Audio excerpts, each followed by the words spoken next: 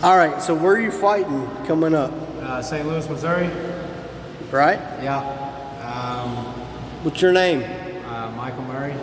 Right? Fighting at 155 pounds. Saturday night for Nemesis Fighting Alliance. It's a promotion. Just working on my weight cut right now. Working on the weight cut right now, and it sucks. But Trying to get down the weight? yeah, I got like 10 pounds left, and then we should be good. So.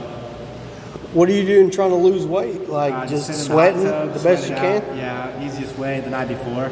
What do you eat when you're coming up to that? Not a lot. A lot of protein, a lot of just eggs, fruit, things like that. Just Low fat shit? Yeah, just trying to keep bulk everything up. super clean. A lot of broccoli and whatnot, greens. Shit that gives you energy but doesn't give you fat? Exactly. Just trying to stay on weight and then just water load and go from there, So this shit ass hot tub, you think that's going to make you lose weight? I'm sweating it out right now. I try to drink about 2 gallons of water a day, 5 days out, and then slowly you're going to cut your water and your sodium's cut out. So it's like a science, really. So our coaches help. It really is. It is. Yeah. So our coaches are helping with that and just how to get down there, and as well as get back on weight to fight at a very accurate pace.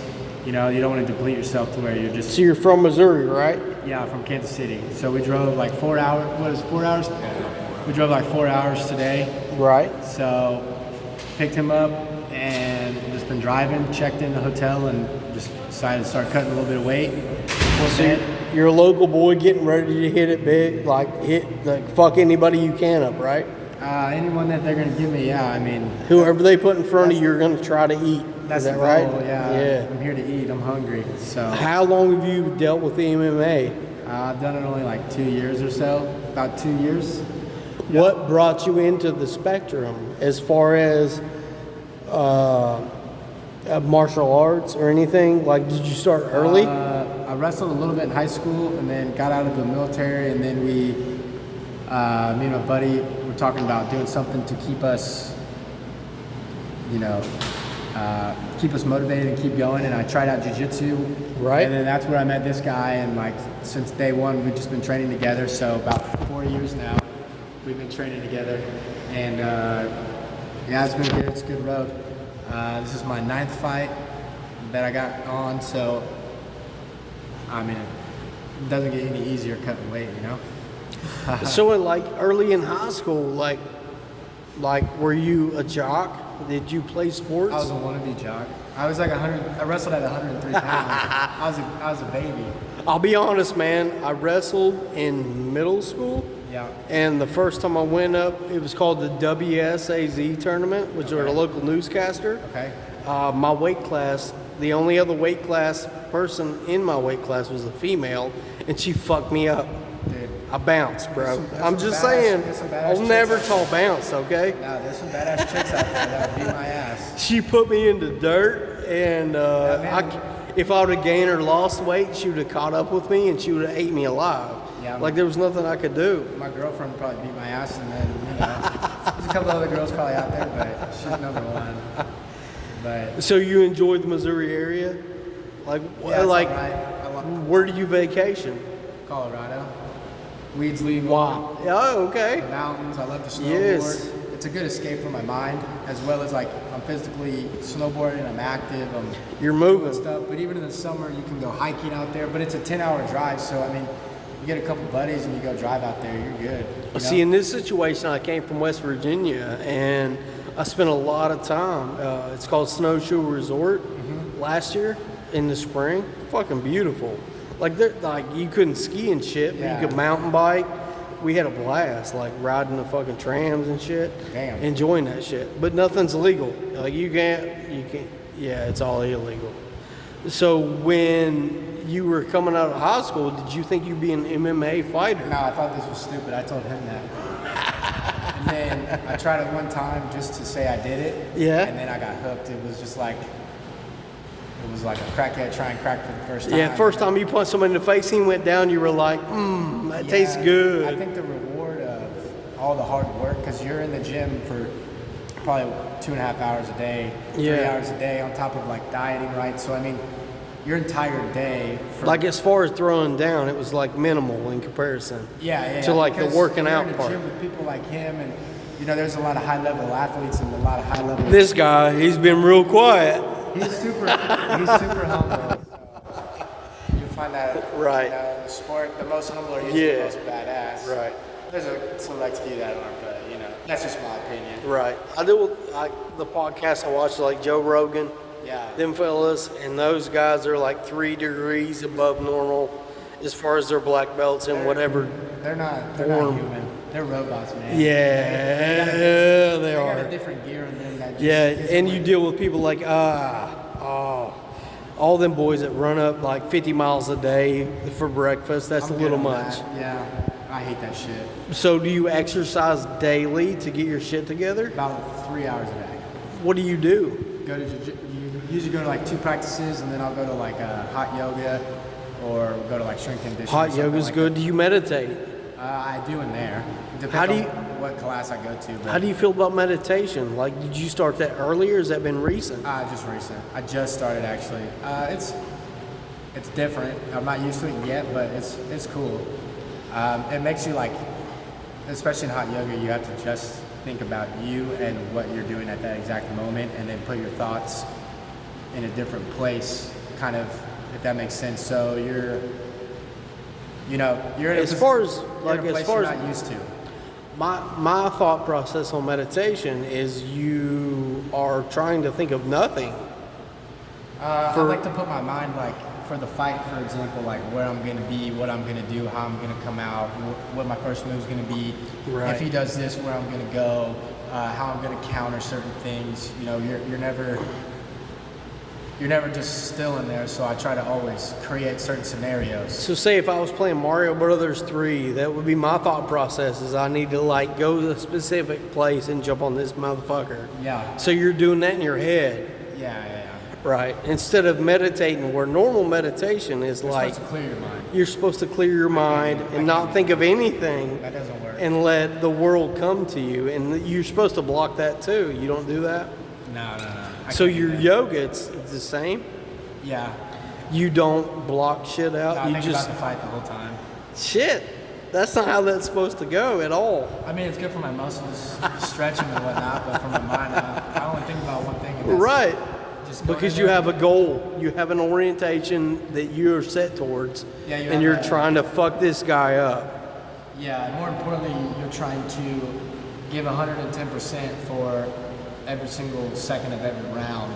And when that's all said and done, let's say he is better than you, I can look at coach or teammates or whoever and be like, I had a dog in that fight at least, That's something before COVID I noticed, that I would watch MMA and it was a cacophony of noise. But now, recently, in the last year or so, I've seen MMA fights where you can hear the coaches actually conversate with the other players. Yeah, since there's no crowd, you can hear a lot easier. Are you dealing with little crowd or smaller crowds? I think the venue is that issue. The So, like, venues you have are- a bigger venue with, you still have 200 people in there, it still sounds silent. Whereas like we have a venue that's like 400 or 500 people maybe. You can't. Is that what you're used to? Like, We fight out of a place that has like 11,000 on a venue, but right now with right. COVID, Now it's cut down. yeah, so in Kansas City, it's pretty small. They have to limit everything. So we came out here, and I noticed the last fight I watched, you could hear like body blows and face blows, Oh, yeah, you can where hear normally you can't. Is Yeah. that something you experience now? inside the fight, no, but outside of the fight, yeah, I can hear everything. Yeah, as a fighter, I assume that you are focused and you're there. One thing, and how he's moving, how he's looking, like all that shit. But as far as a spectator, they probably hear more, I hear a feel lot now. more. Oh, yeah. It's from a first person view and a third person view, like there's not, you're gonna get out of there and you're gonna ask what happened. Right. A lot of times you black out. You're so- dealing with your stuff, your brain is there. Yeah, it's all reaction really. That's why like- you train so much, is because the reaction time and things like that have to be there, because mentally you're just kind of gone. Yeah, because me right now as an adult, if I get into a situation where I need to throw hands, it's a blackout situation. It's like I decide that I need to take care of the situation. Yeah. And then I wake up after it's happened. It's I would say it's not exactly like that, but it's close where like You're focused. You're there. yeah, because you have somebody that's that has signed a vow agreement to hurt you as well. Now, when you're in an actual fight, do you actually, because I've always wondered, the people around you, I hear them when you watch a fight online or whatever, you hear them calling out things like, hey, he's coming to the left. I can hear certain stuff. Do you actually pay attention to that? I try. I'm getting better.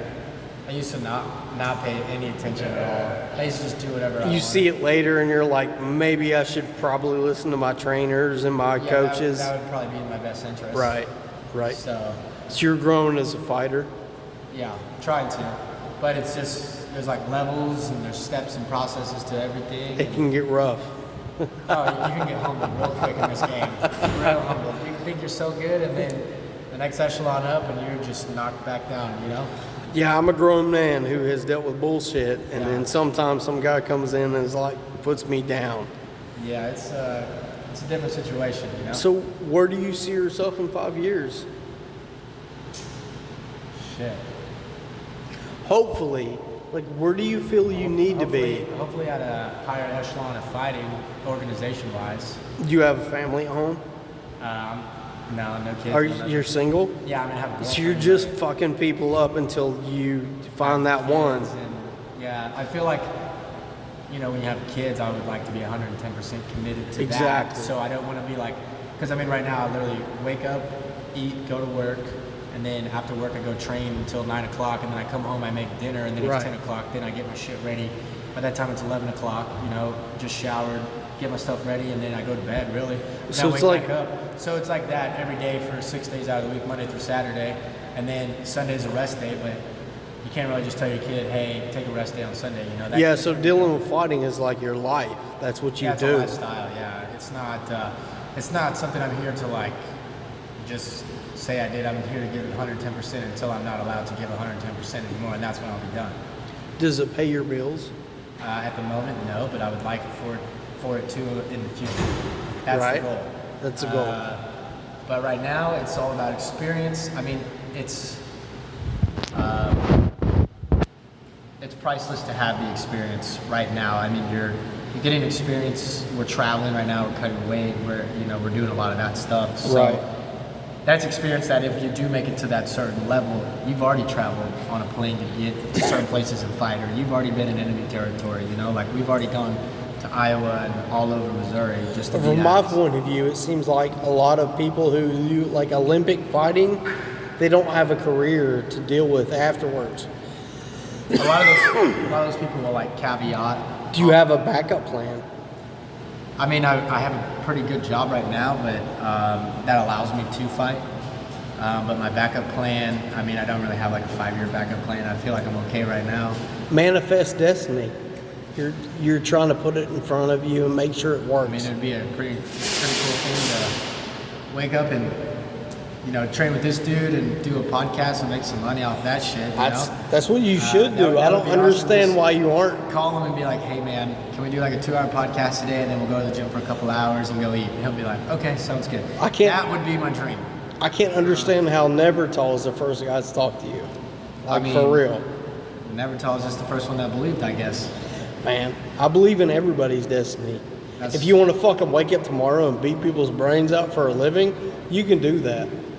Because I woke up yesterday and here I am. Yeah, no. Yeah. Like when you have a family and you decide to stop fighting, are you going to still train as far as like jiu-jitsu? I'll still train, but not as dedicated for sure. I'll still try to go to class a couple times a week, but at the same time, hopefully my kid is doing the exact same thing in the class next to me. So like, what is your thought process as far as what is the best training? Is it jiu-jitsu? Is it taekwondo? What do you feel is the best? I think jiu-jitsu, from your point of view. I think jiu-jitsu is the safest at a young age because you're not strong enough to really break limbs and hurt people, but you're also in a controlled environment on a mat. Whereas in like Taekwondo, you might be kicking or whatnot, but also in Jiu-Jitsu, it gives you a live look on like, if somebody your size was to attack you, how would you fend? How would you do? Exactly. And then eventually, you know, you grow up and, you know, hit adulthood, and now you're going against, you know, grown men or women or whoever, and it's a whole different ballgame. But I think getting just the repetition and the technique down at like a very adolescent age, to make sure they're comfortable protecting to themselves. make themselves comfortable, but also if they were like, hey, I do want to pursue fighting, you know, like they've already started at such a young age. They've already like in a way mastered certain positions that we didn't master until we were like 25. Right. You know? Yeah. Where they did that at like 15. Exactly. So So that's you'd I would love my future kids to do jiu-jitsu, wrestling, At an early age. boxing, whatever. I think martial arts is very good for a child's mind too, because it gets them away from their phone, it gets them away from people that they're used to, like at school or whatever they're doing. They have to focus. And you have to respect the situation you're in. They have to focus on something else, but also respect the people around them, because the people around them can fuck them up. Right. You know what I mean? Are we close? Damn. That's a wrap. Bro, that's a wrap.